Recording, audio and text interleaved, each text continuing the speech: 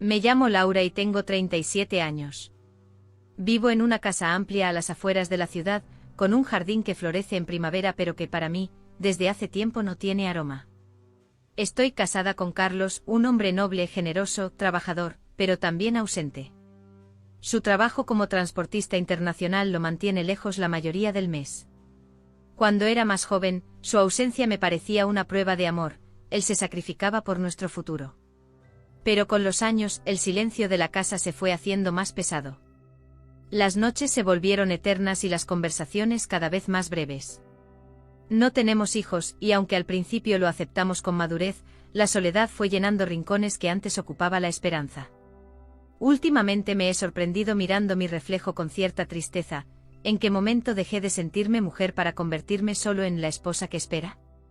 Fue en medio de esa rutina opaca que mi hermana me llamó, pidiéndome un favor aparentemente inocente, que su hijo Daniel, mi sobrino, se quedara en casa por un mes para estudiar. Acepté sin pensar demasiado. No podía imaginar entonces que esa decisión iba a sacudirlo todo desde sus cimientos. Cuando Daniel llegó a casa una tarde lluviosa de martes, no lo reconocí de inmediato. Había pasado más de 2 años desde la última vez que lo vi, y el niño que solía corretear por el jardín con una espada de plástico ahora se había transformado en un joven de hombros anchos, voz firme y mirada serena. Me abrazó con calidez y respeto, pero su presencia me sacudió más de lo esperado. Lo observé mientras subía las escaleras con su maleta al hombro, y por un instante, no pude evitar sentir una punzada extraña en el pecho.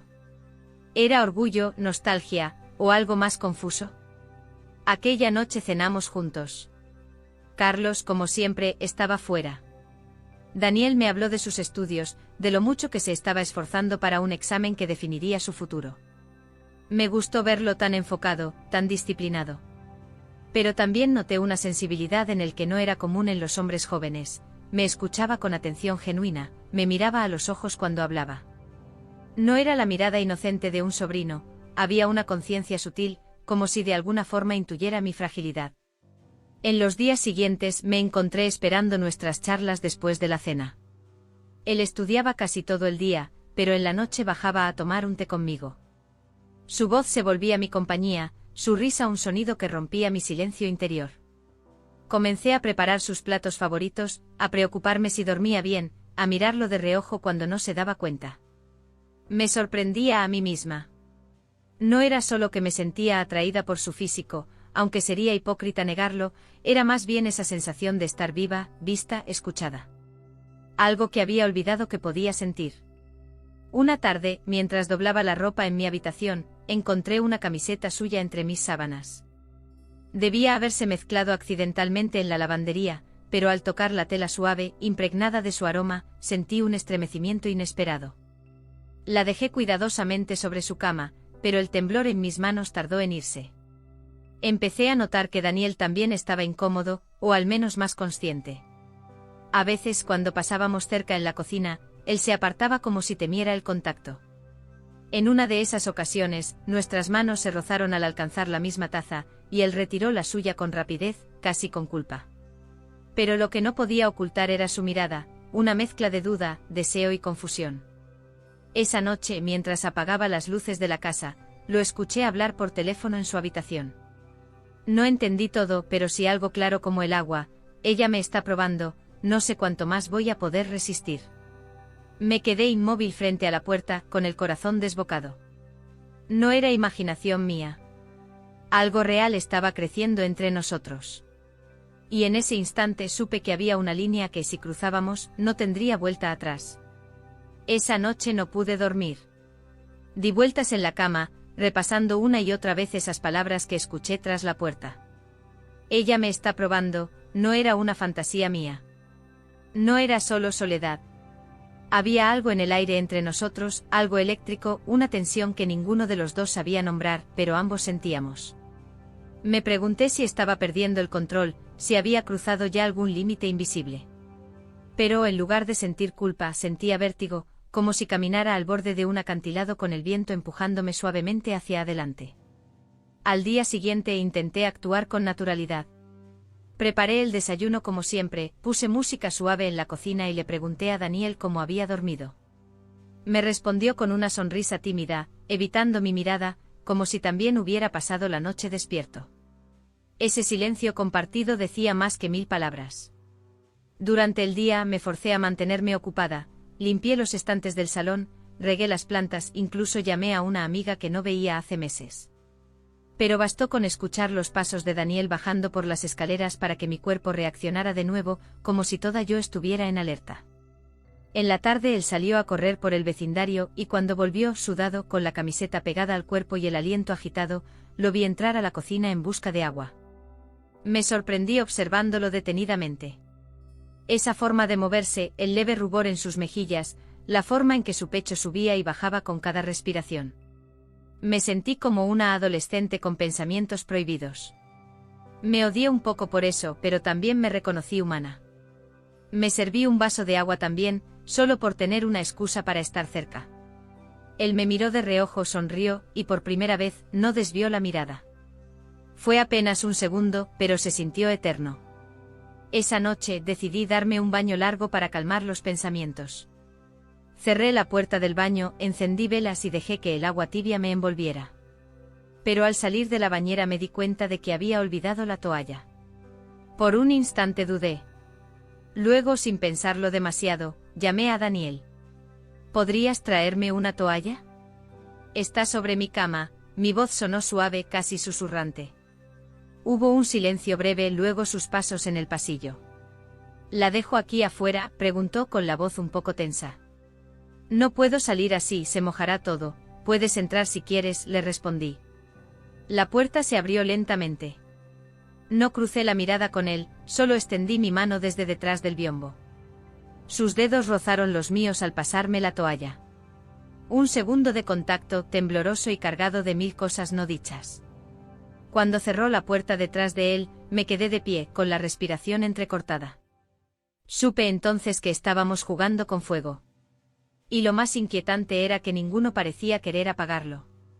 Pasaron unos minutos después de que Daniel cerrara la puerta del baño y me quedé inmóvil, envuelta en la toalla, con el corazón latiendo en mi cuello como si quisiera escapar.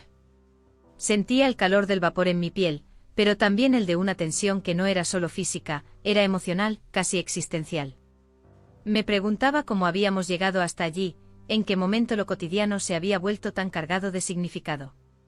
Me sequé lentamente tratando de poner en orden mis pensamientos, pero era inútil. El silencio de la casa, tan habitual y antes tan opresivo, ahora era un cómplice silencioso. Me vestí con algo cómodo pero, sin querer admitirlo, más sugerente de lo necesario. Cuando salí del baño, lo vi sentado en el sofá, con el televisor encendido pero sin prestarle atención. Me crucé con su mirada por un breve instante. No hablamos. Solo pasé junto a él rumbo a la cocina, y al girar hacia la puerta, sentí sus ojos siguiéndome como si fueran una caricia invisible. Me apoyé en el marco fingiendo buscar un vaso de agua, y desde allí le dije, ya es tarde, ¿no quieres ir a descansar un poco? Su respuesta fue casi un susurro, no tengo sueño, tía. Me quedaré un rato más. Asentí sin más, pero mi voz al responderle fue más suave de lo que pretendía, estaré en mi habitación por si necesitas algo. Subí las escaleras sin mirar atrás, pero podía sentir el peso de su mirada en mi espalda. En mi cuarto intenté leer, encender música, cualquier cosa para distraerme, pero no podía dejar de pensar en él. En su presencia, en su juventud, en esa mezcla entre respeto e insinuación que lo hacía aún más peligroso. ¿Dónde estaba el límite entre una fantasía y una falta real?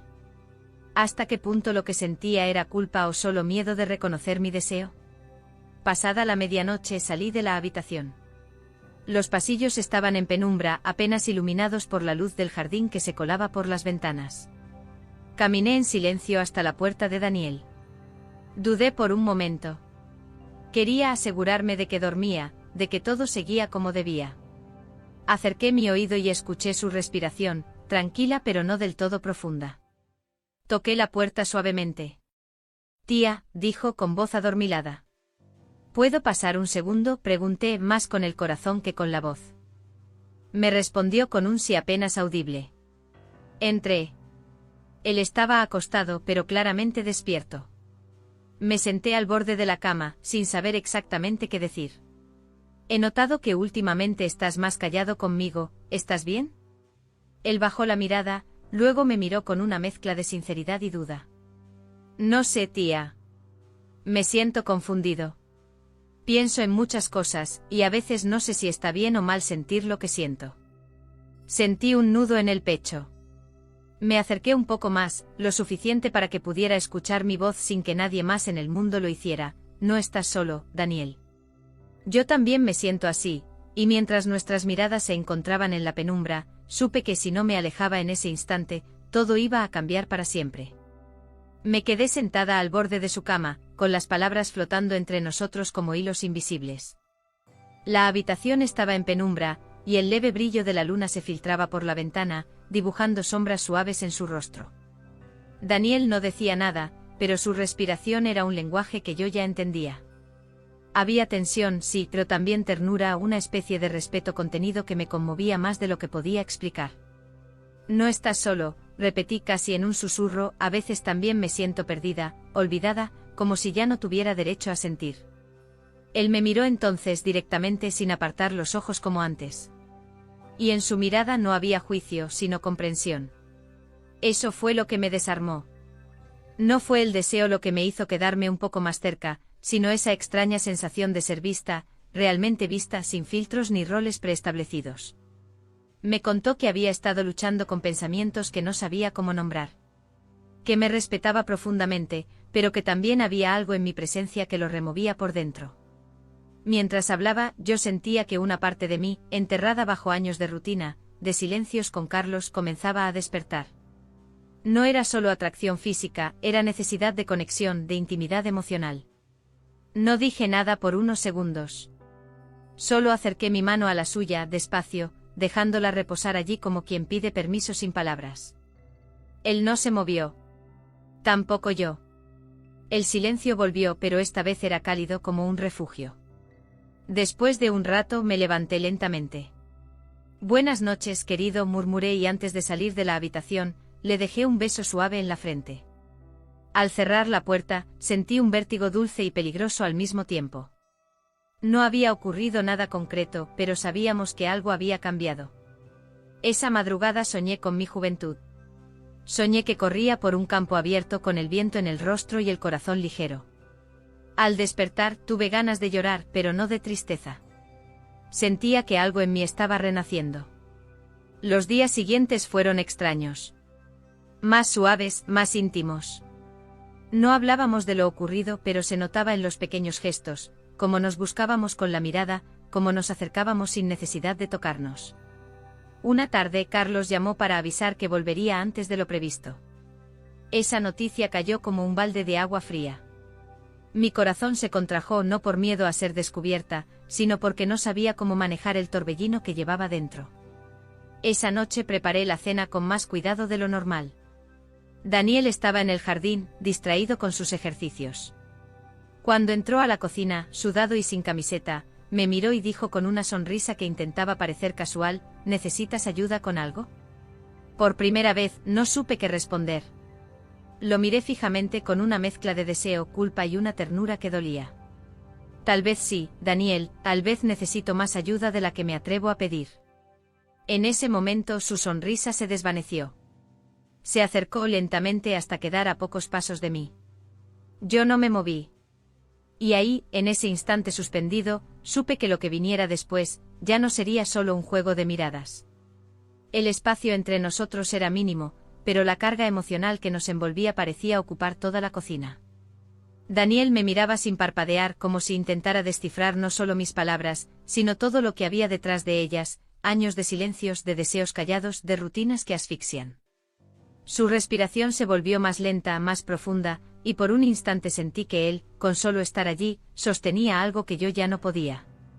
Bajé la mirada, no por vergüenza, sino porque era demasiado intenso. Me di la vuelta fingiendo buscar algo en la encimera, tratando de disolver la tensión con un gesto trivial, pero sus pasos suaves detrás de mí no me permitieron escapar. Tía, su voz era apenas un murmullo, pero lo sentí tan cerca que me estremecí. Me giré despacio y ahí estaba él, firme, confundido, humano. No intentó tocarme, no hizo ningún movimiento impulsivo. Solo me miró con esa mezcla de deseo y respeto que me desarmaba más que cualquier caricia. Le dije con la voz entrecortada, no sé qué estamos haciendo, pero no quiero sentirme culpable por estar viva. Él asintió.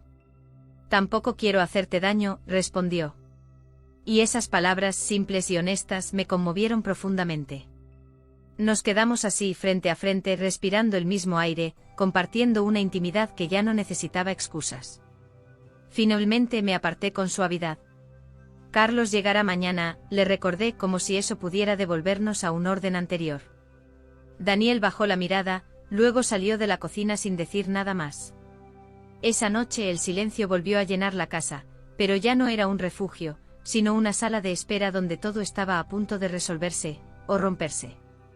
Me acosté temprano, pero no pegué un ojo. Pensaba en Carlos, en lo que alguna vez fuimos, en cómo la distancia nos había robado poco a poco sin que ninguno lo notara. Pensaba en Daniel, en cómo su sola presencia había encendido algo que yo creía perdido para siempre. No se trataba solo de él. Era todo lo que representaba: juventud, atención, complicidad, esa extraña sensación de volver a ser mirada como mujer, no como función. A la mañana siguiente el sol entró con fuerza por la ventana. Me levanté con una sensación de desvelo y urgencia. Tenía que ordenar la casa antes de que Carlos llegara. Daniel bajó tarde como si supiera que ese día no era como los otros. Desayunamos en silencio. Por la tarde Carlos llegó con su sonrisa de siempre y una botella de vino en la mano. Me abrazó con afecto y me habló de la carretera, de los paisajes, de cosas triviales. Daniel lo saludó con naturalidad, casi con un aire ensayado. Yo los observaba a ambos desde la cocina, con el corazón dividido. Esa noche hicimos una parrillada. Mientras ellos hablaban junto al fuego, yo preparaba la ensalada. Y de pronto sentí una presencia detrás de mí. Pensé que era Carlos, pero al girarme vi a Daniel, tan cerca que el aliento se me cortó. ¿Necesitas ayuda con eso?, susurró. El cuchillo tembló en mi mano. Supe que el peligro no había pasado, solo había cambiado de forma. El cuchillo temblaba en mi mano, no por el peso del acero, sino por el temblor interno que me provocó su cercanía. Daniel estaba justo detrás de mí, tan cerca que podía sentir el calor de su cuerpo sin necesidad de tocarme. Sus palabras fueron suaves, casi inocentes, pero en ese contexto cada sílaba tenía un peso que atravesaba la piel. ¿Necesitas ayuda con eso?, me preguntó. No me giré de inmediato. Cerré los ojos un segundo, respiré hondo y respondí con un hilo de voz: estoy bien, pero gracias. Traté de mantener la compostura mientras continuaba cortando las verduras, como si nada pasara, como si Carlos, a tan solo unos metros junto a la parrilla, no pudiera percibir que algo invisible se cocinaba también dentro de esa cocina. Daniel se quedó allí un momento más en silencio, observando mis movimientos. Luego se acercó un paso más y murmuró, tan bajo que apenas pude oírlo: te he visto estos días, y no puedo ignorarlo más. Sentí que el suelo bajo mis pies se volvía líquido. Me giré lentamente con las manos aún ocupadas en la tabla de cortar, y lo miré. En sus ojos no había burla ni juego, solo una sinceridad desarmante. Daniel, no deberías decirme eso, le susurré con el corazón en la garganta. Lo sé, respondió, pero no puedo evitar sentirlo. Fue entonces cuando escuchamos la risa de Carlos desde el jardín. Esa risa que tantas veces había sido mi único consuelo en la distancia, ahora sonaba lejana, ajena, como si perteneciera a otra vida. Daniel se apartó enseguida, retomó la compostura y regresó junto a la parrilla como si nada hubiera pasado. Yo me quedé unos segundos sola, con las manos quietas y la respiración contenida, tratando de recordar en qué momento exacto todo se había vuelto tan frágil. La cena transcurrió sin incidentes visibles. Comimos, brindamos, hablamos de cosas ligeras. Carlos estaba de buen humor como siempre cuando volvía a casa. Daniel se mostró amable, atento, incluso divertido. Nadie hubiera sospechado nada al mirar la escena desde fuera. Pero yo no podía dejar de sentir el nudo en el estómago, la tensión oculta bajo cada palabra. Cuando Carlos se fue a dormir temprano, cansado por el viaje, Daniel y yo quedamos solos en el salón por unos minutos. No hablamos. El televisor encendido era solo una excusa para evitar el silencio que nos quemaba. Me levanté primero, diciendo que también necesitaba descansar. Mientras subía las escaleras, sentí sus ojos detrás de mí. No me giré. Al llegar a mi cuarto cerré la puerta y apoyé la frente contra ella, con los ojos cerrados. Estaba agotada de tanto sentir, de tanto contener. A medianoche desperté sobresaltada por un sonido suave. Me levanté, caminé hasta la puerta y la entreabrí. Allí en el pasillo, parado con la mirada encendida y el corazón expuesto, estaba él. «Solo dime si quieres que me vaya», dijo con voz firme. Y por primera vez, no supe cuál era la respuesta correcta. Me quedé en la puerta inmóvil, con la mano aún sobre el picaporte y el corazón latiendo con una fuerza que parecía ajena a mí. Daniel seguía allí, parado en medio del pasillo, tan vulnerable y tan seguro al mismo tiempo.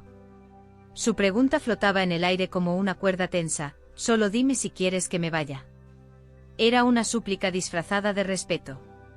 Lo miré por unos segundos eternos y sentí que en ese instante todo lo que había sido, lo que había reprimido, lo que había callado durante años, se concentraba en la respuesta que aún no me atrevía a dar. No dije nada. Solo abrí un poco más la puerta, en un gesto silencioso que no era una invitación explícita, pero tampoco un rechazo. Él lo entendió. Entró despacio, con pasos suaves, como si pisara un terreno sagrado. Cerré la puerta tras él sin llave, como si una parte de mí aún necesitara sentir que había salida. Nos quedamos en medio de la habitación, sin tocarnos, sin hablar, con el aire entre nosotros cargado de preguntas y posibilidades. «No vine a hacerte daño», dijo casi en un suspiro. «Lo sé», respondí.